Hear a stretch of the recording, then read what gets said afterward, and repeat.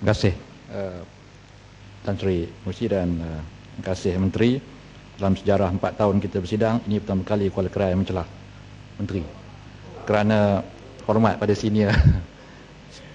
Masa sekolah lu takut, masa sini hormat. Tadi dibangkitkan oleh rakan-rakan termasuk Kota Belud bahawa perkembangan di bandar ini menyebabkan yang dulunya ada jalan jadi tidak ada jalan, bangunan, jadi alamat akan berubah.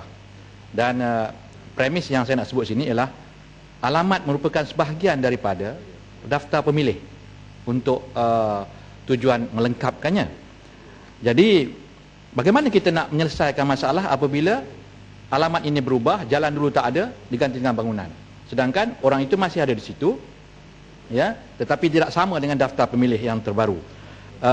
Kami pernah mencadangkan dahulu supaya daftar pemilih yang telah digazetkan ini boleh dilihat semula, ya.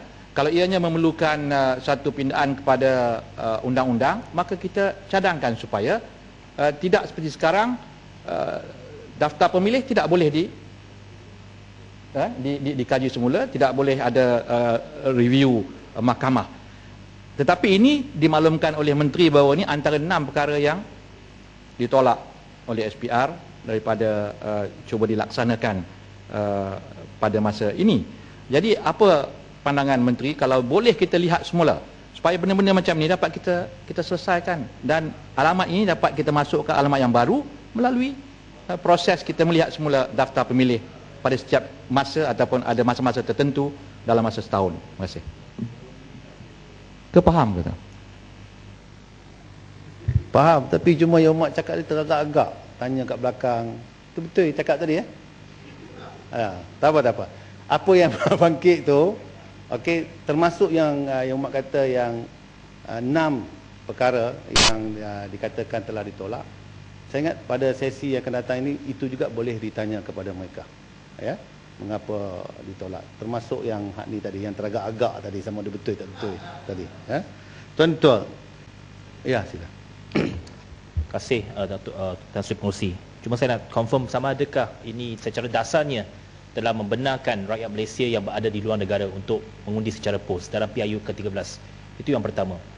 Yang keduanya ialah kalau ini telah diluluskan ataupun mengambil satu keputusan dibenarkan, maka tata cara itu, prosedur itu saya rasa perlu diperjelaskan kepada parti-parti politik.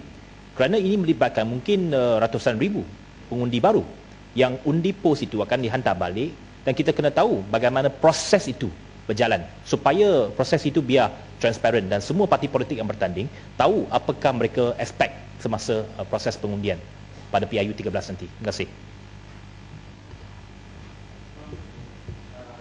Jawapan sebentar.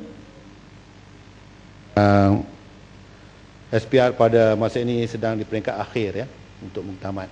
Saya percaya apabila semua perkara ini yang berkaitan dengan cadangan yang dikemukakan Yang Berhormat itu dimuktamadkan, sudah tentu satu pemberitahuan tentang proses itu akan diberikan kepada semua parti politik, ya.